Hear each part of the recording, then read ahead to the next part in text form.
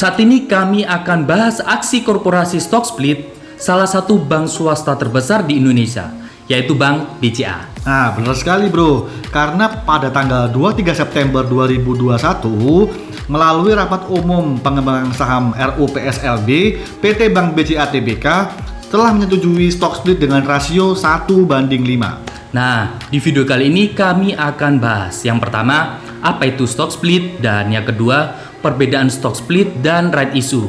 Yang ketiga, dampak emiten apabila sudah melakukan stock split. Pengen tahu pembahasannya? Ikutin terus video ini ya.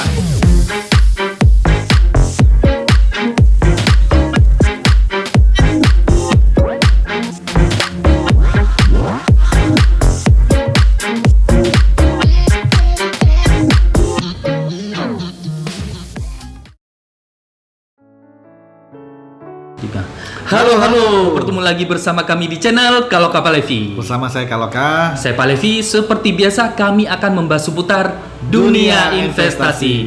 Dan bagi kalian yang baru saja menemukan channel kami dan tertarik dengan konten kami, jangan ragu untuk klik like and subscribe. Halo teman-teman, apa kabar? Semoga teman-teman dalam keadaan baik dan sehat semua ya. Kita berharap pandemi segera benar-benar hilang dan kita bisa beraktivitas seperti sedia kala. Saat ini siapa yang nggak tahu Bank BCA? Salah satu bank swasta terbesar di Indonesia dengan ciri khas logo berwarna biru dan memiliki banyak ATM yang tersebar luas ke penjuru Indonesia.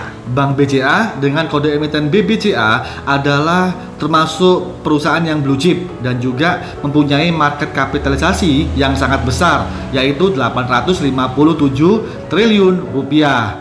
Dan dikarenakan kinerjanya yang sangat bagus 10 tahun terakhir, saham ini diminati oleh investor asing dan juga domestik. Kita akan bahas dulu apa itu stock split. Secara sederhana, stock split adalah memecah harga saham dalam rasio tertentu. Dalam hal ini, Bank BCA melakukan stock split dengan rasio 1:5.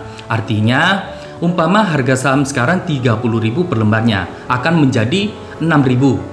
Dan semisal kalian mempunyai satu lembar saham dengan harga 30.000. Setelah dilakukan stock split, maka kalian akan mendapatkan 5 lembar saham dengan harga 6.000.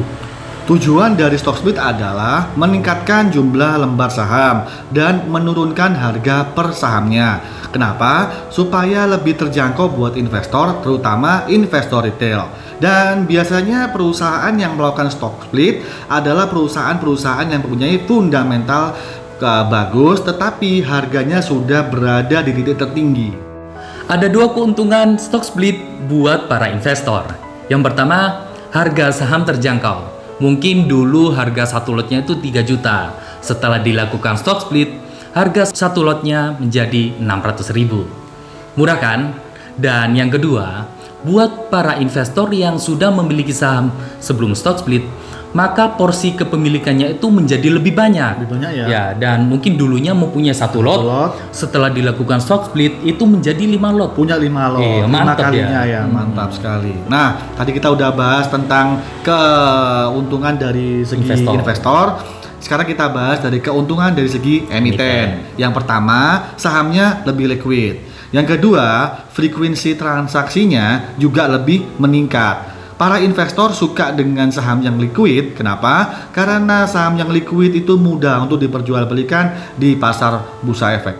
Sedangkan red issue adalah aksi korporasi untuk penambahan modal dengan cara menerbitkan saham baru diperuntukkan untuk investor sebelumnya atau HMETD, hak memesan efek terlebih dahulu.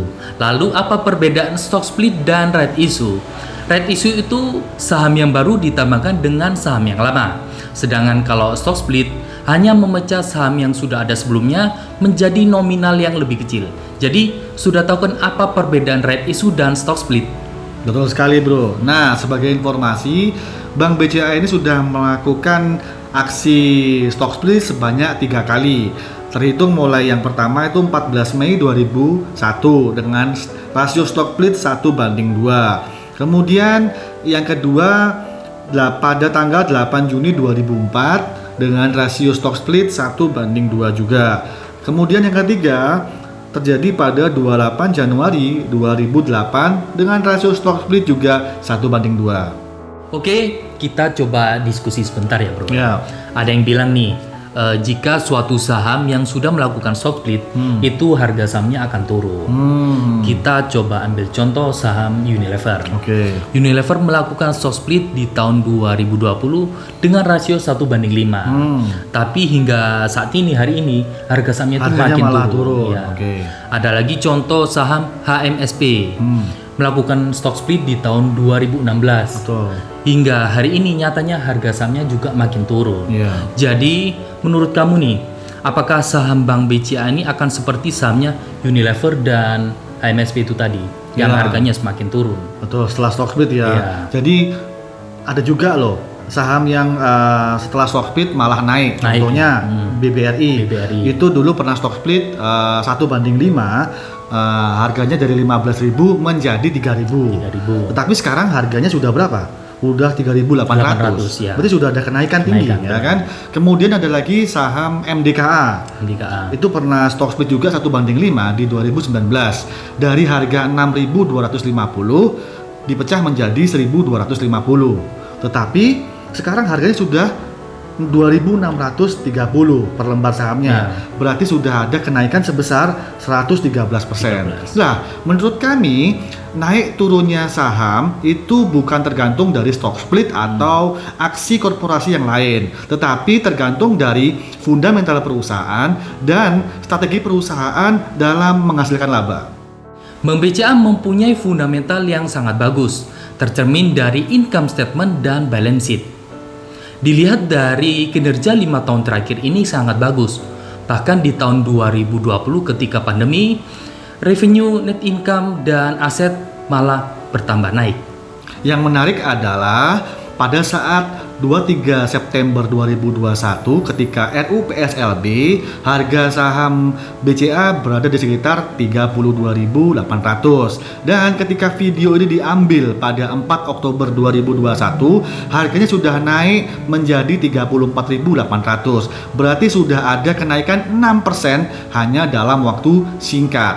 Ini menunjukkan bahwa animo investor sangat besar dan ini juga tanda yang bagus buat Bank BCA. Apalagi BCA akan meluncurkan produknya yang baru yaitu bank digital untuk bisa IPO di Bursa Efek Indonesia segera. Menurut kami, yang pertama dengan adanya produk bank digital BCA yang akan meluncurkan di Bursa Efek ini dalam waktu dekat. Yang kedua, dengan fundamental perusahaan Bank BCA yang sangat bagus, Bank BCA mempunyai potensi yang luar biasa di masa depan.